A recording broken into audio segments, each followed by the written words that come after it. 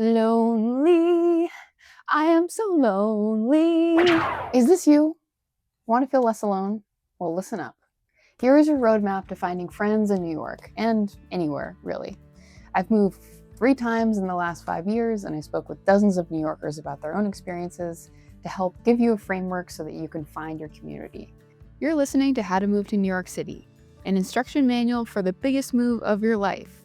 Everyone knows the sad feeling of wanting more connection in their life, and also the frustration of putting yourself out there and realizing it's not as easy as a snap of a finger. When I moved here, going through a breakup was really complicated because I think there are moments when you've been with someone for so long and you're like, who am I without this person, right? Do I have community? Who else is my community? And so that was a big thing for me at the beginning, was like I spent a lot of time alone. And many of us know the feeling of that aha moment when you meet someone and you feel like you've met your destiny of friendship and you become inseparable, or at the very least, it's a steady climb of connection with someone and you feel really seen by that person.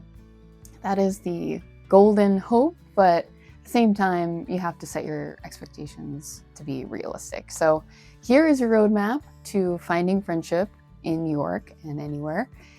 And at the end of this episode, you will get a list of dozens of ideas for getting out there and finding your community. 1, set your mindset. 2, do your research. 3, give each a shot. 4, keep showing up to the ones that feel right to you.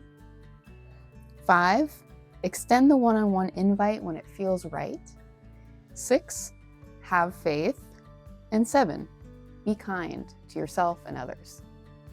If you work through each of these steps and you keep showing up, I promise you that you will start to build connection in some form.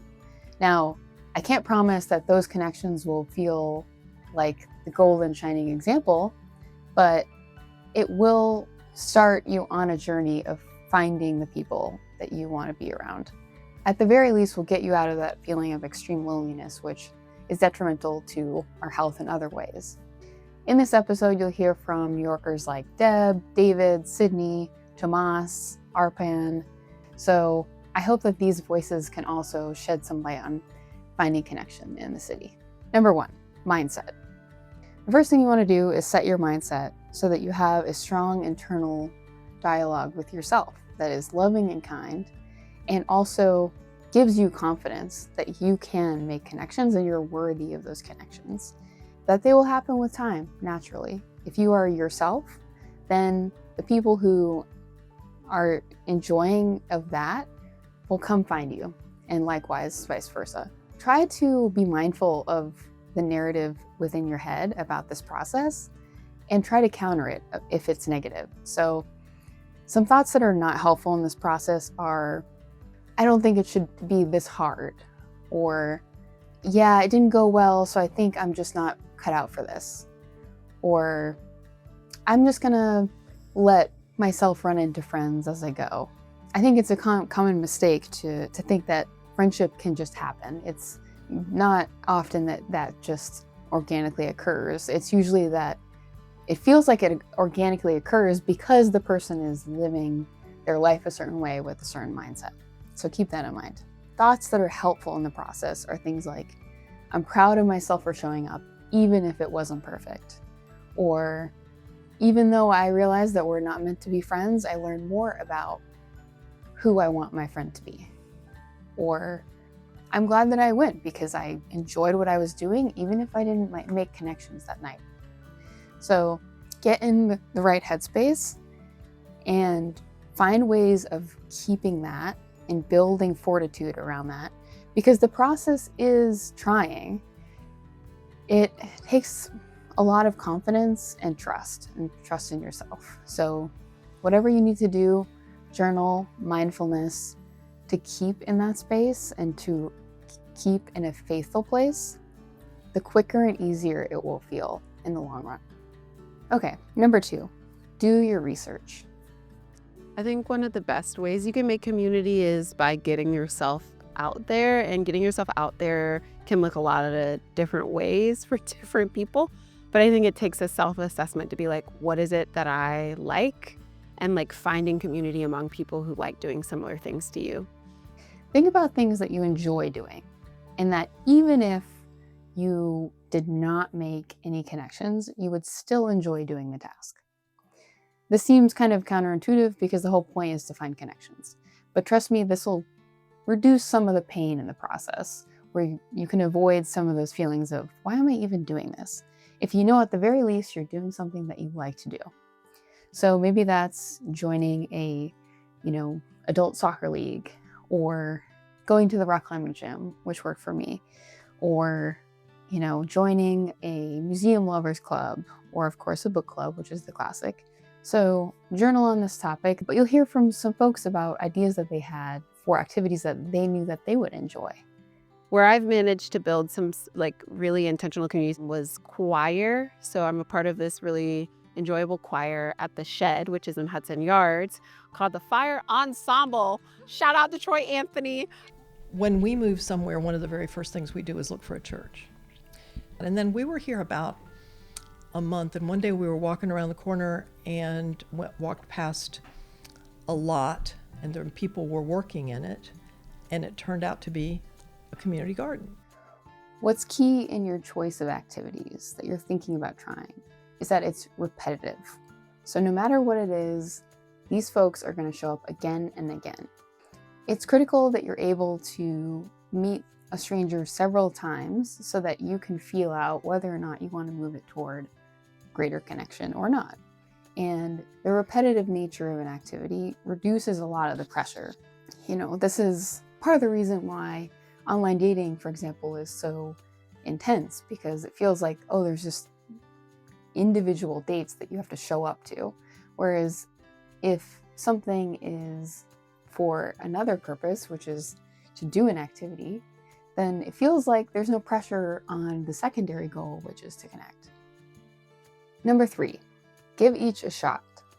Now you've done your research, you picked out 2 or 3 different potential activities, you found the specific meetup details for each of those, you've added them to your calendar, and now you're ready to actually show up. My friend at the beginning of the pandemic, she created a group called the Wine Fairies, where you would just go ahead and randomly give somebody a bottle of wine. And the group grew really big, really fast on, here in Staten Island. And then she needed some help, with giving people addresses out and things like that. So she asked for help, and I said, I'll help. Sure, why not?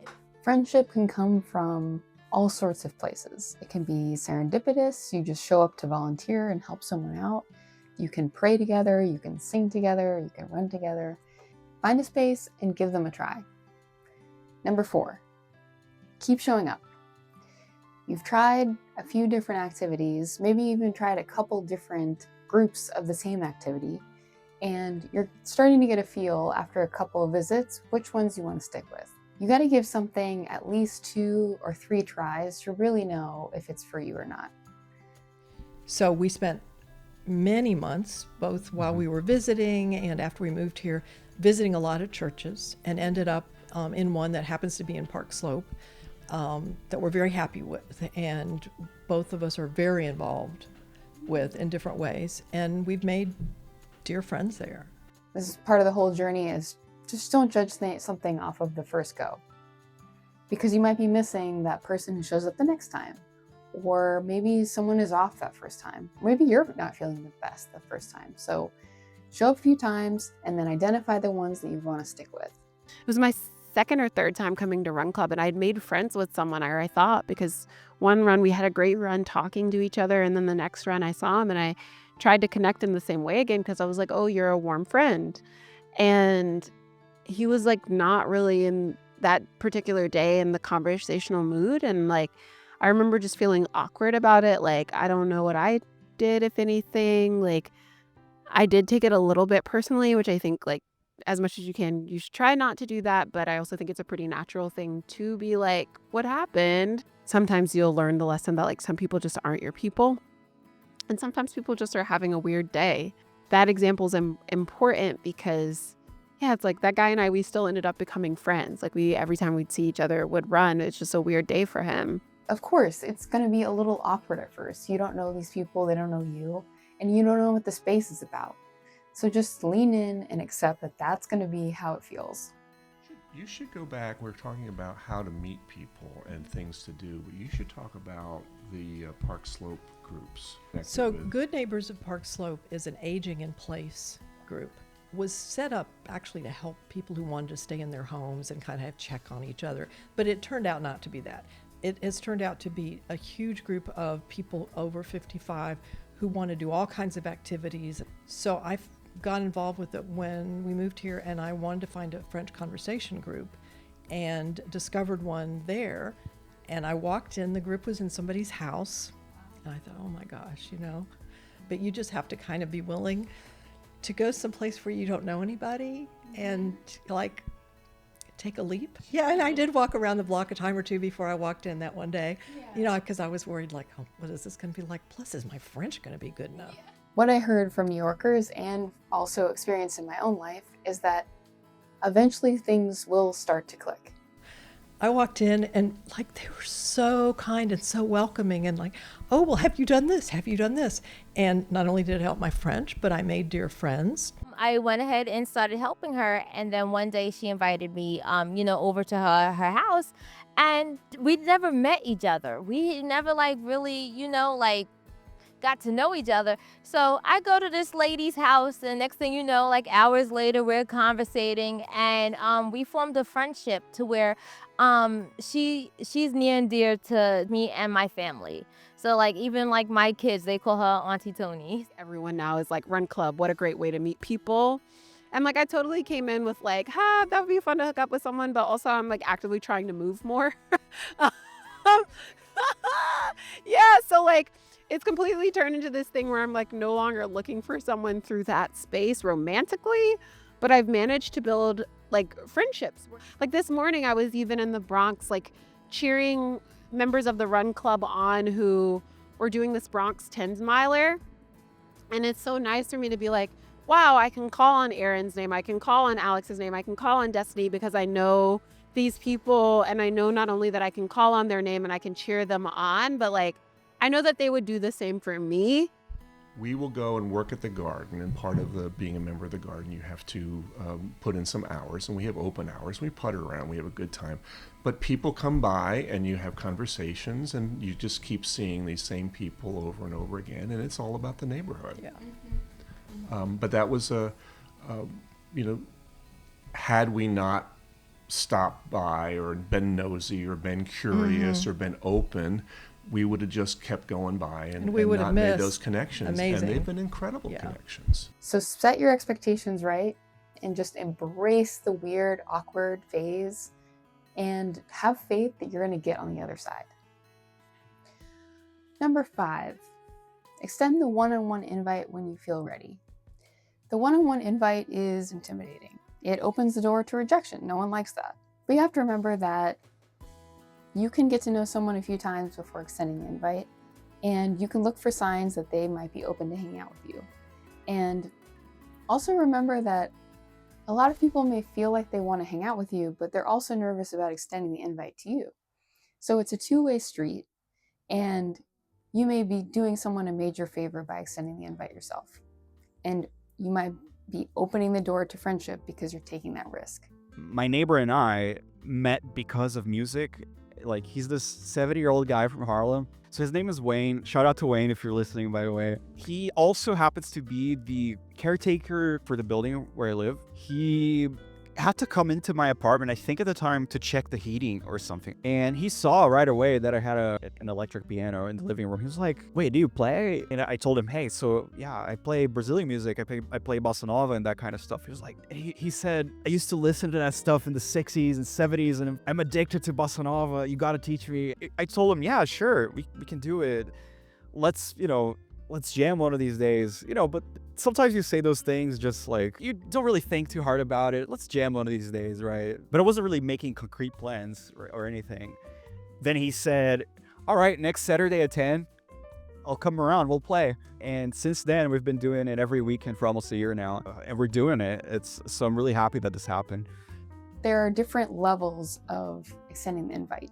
So Tier 1 is just saying, I generally would be open to hang out with you one-on-one in some fashion. So, for example, if you were in a book club, you could say, hey, so-and-so, let me know if you might want to read at a cafe sometime soon. It doesn't say when, it doesn't say where. It just says, let me know if you're open to this.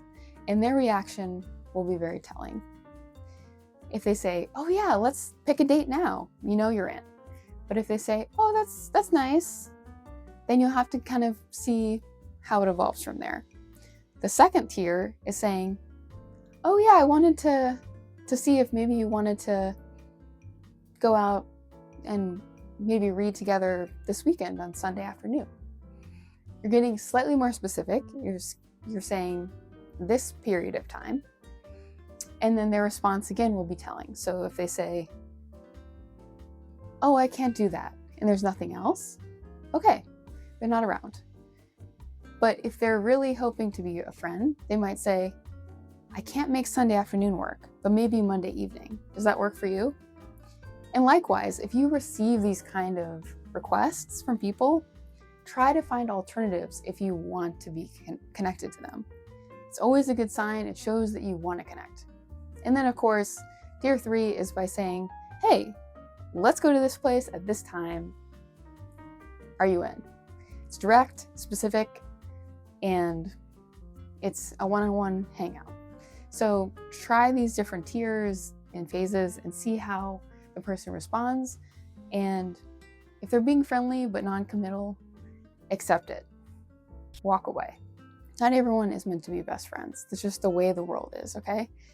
You want to find the people that you can feel yourself around. And if someone isn't wanting to connect with you, it just means that they are not feeling 100% themselves around you. And that's not per se anything wrong with you. It's just everyone has different comfort levels depending on the personality. So take it one step at a time.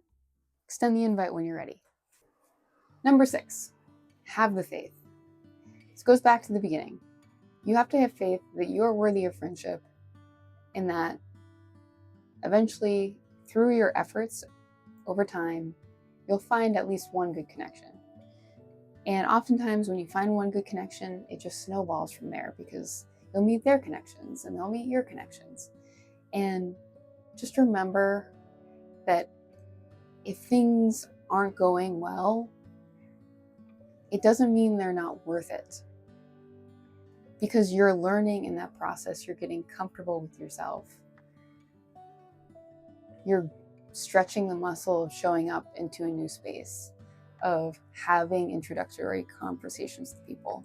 All of these things will serve you when you eventually meet the person that you just feel more connected to. Keep showing up, and with time, you will just start to attract people in your life. If you are really open and you're really inquisitive, it doesn't really work if you show up somewhere, you ask no one any questions, you don't look anyone in the eye. Okay, you kind of have to, when you have your mindset right, you are physically open, your eyes are open, you're connecting with people. You want to know about them. You are outside of your head. You are thinking about, what can I learn about these other people? Talk to your neighbors. My building has 11 people in it, 10 units. We're all in a group chat together. We hang out. We all have spare keys to each other's apartments. And that only happens because we started talking to each other. You can build those types of relationships as long as you keep your head up and actually like make eye contact with your neighbors and say hello. And that's where it starts. Yeah. That is just going to bring you connection. It is. It just is.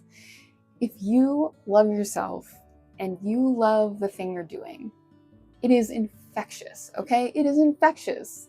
If you freaking love cooking and you are joining a series of cooking classes and you're obsessed with the chemistry of how to bake a perfect cupcake, you're gonna find someone who's like, hell yeah, I am so down for this joy.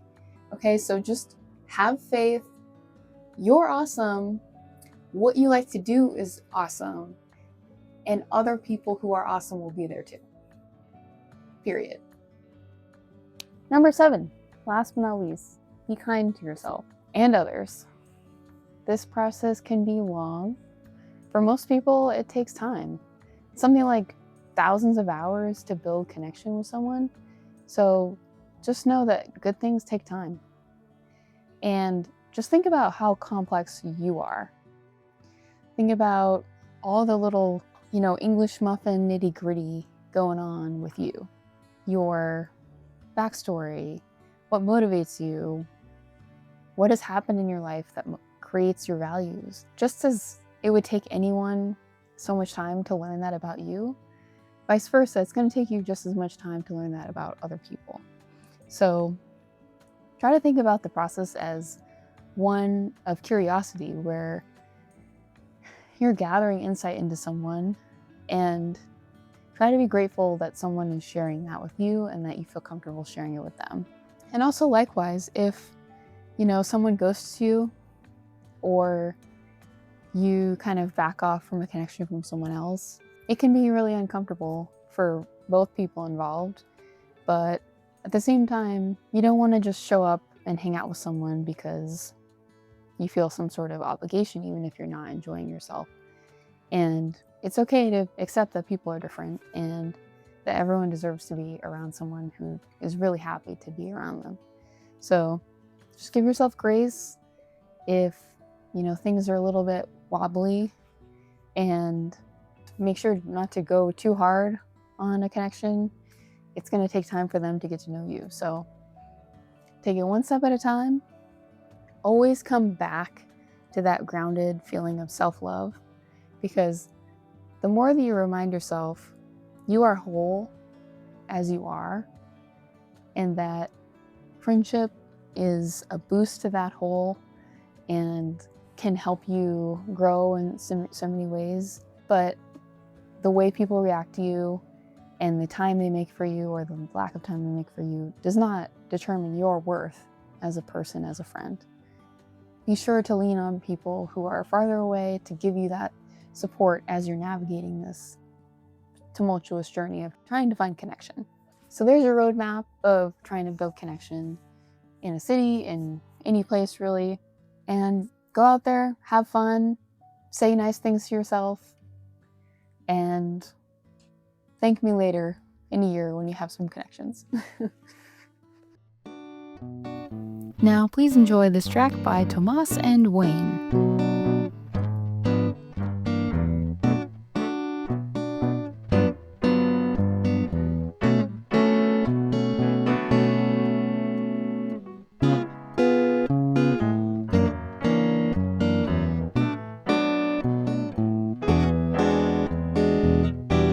Follow How to Move to NYC on Instagram, TikTok, and YouTube to get more moving advice from New Yorkers.